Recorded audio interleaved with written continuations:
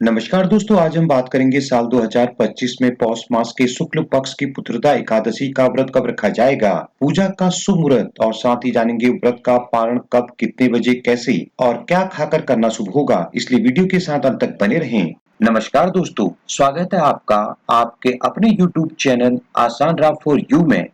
दोस्तों, पंचांग के अनुसार पौष मास के शुक्ल पक्ष की एकादशी को पुत्रदा एकादशी कहा जाता है। इस दिन भगवान श्री हरि विष्णु के निमित्त व्रत रखकर अगले दिन द्वादशी को व्रत का पारण किया जाता है। दोस्तों, मान्यता है कि पुत्रदा एकादशी के दिन व्रत करने और भगवान विष्णु का पूजन करने से संतान सुख की प्राप्ति होती है और जाने अनजाने हुए समस्त पापों का नाश होता है। दोस्तों, मान्यता है कि यदि आप कोई भी व्रत करते हैं तो उसे पूरे विधि विधान से करना चाहिए और व्रत के अगले दिन शुभ मुहूर्त में व्रत का पारण अवश्य करना चाहिए। तो आइए जानते हैं साल 2025 में पौष मास के शुक्ल पक्ष की पुत्रदा एकादशी व्रत की तिथि क्या रहेगी, पूजा का शुभ मुहूर्त और व्रत का पारण कब, कितने बजे, कैसे और क्या खाकर करना शुभ होगा। साल 2025 में पौष पुत्रदा एकादशी कब की है। दोस्तों, पौष पुत्रदा एकादशी व्रत तिथि होगी 30 दिसंबर दिन मंगलवार को। एकादशी तिथि प्रारंभ होगी 30 दिसंबर की सुबह 7:50 पर। एकादशी तिथि का समापन होगा 31 दिसंबर की सुबह 5 बजे।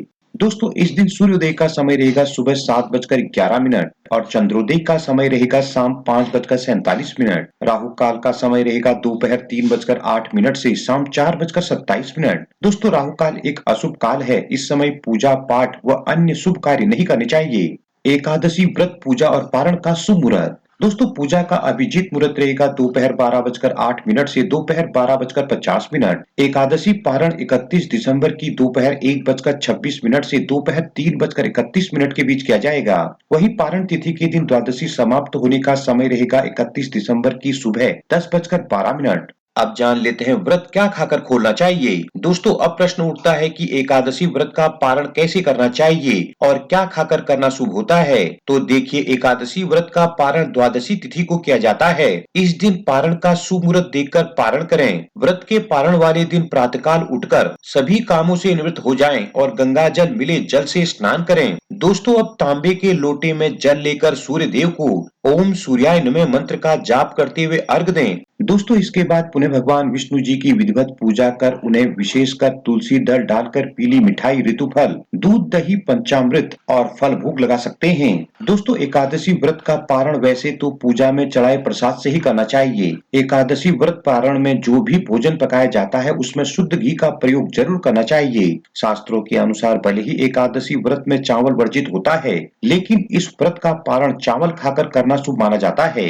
दोस्तों, साथ ही व्रत खोलने के बाद चावल का दान करना भी शुभ होता है। अब जान लेते हैं व्रत कब खोलें। दोस्तों, अब बात आती है कि व्रत का पारण कब करें और व्रत कब खोलें। तो शास्त्रों के अनुसार एकादशी व्रत का पारण या व्रत खोलने की विधि द्वादशी तिथि में ही करनी चाहिए। हालांकि एकादशी व्रत का दान आप एकादशी या द्वादशी दोनों ही तिथियों में कर सकते हैं, लेकिन व्रत द्वादशी के ही दिन खोला जाता है। दोस्तों, इस बात का भी ध्यान रखें कि द्वादशी तिथि की पहली 1/4 अवधि को हरिवासर कहा जाता है। इस दौरान एकादशी का पारण करना अशुभ माना जाता है। दोस्तों, एकादशी व्रत का पारण द्वादशी के दिन हरिवासर समाप्त होने के बाद ही करना चाहिए। जय श्री हरि। दोस्तों, आपको ये वीडियो और जानकारी कैसी लगी हमें कमेंट करके जरूर बताएं। वीडियो को ज्यादा से ज्यादा लाइक शेयर करें और इसी तरह की वीडियो के लिए हमारे चैनल को अभी सब्सक्राइब कर बेल आइकन को भी प्रेस करें ताकि आगे आने वाली वीडियोज की नोटिफिकेशन आपको सबसे पहले मिल सके।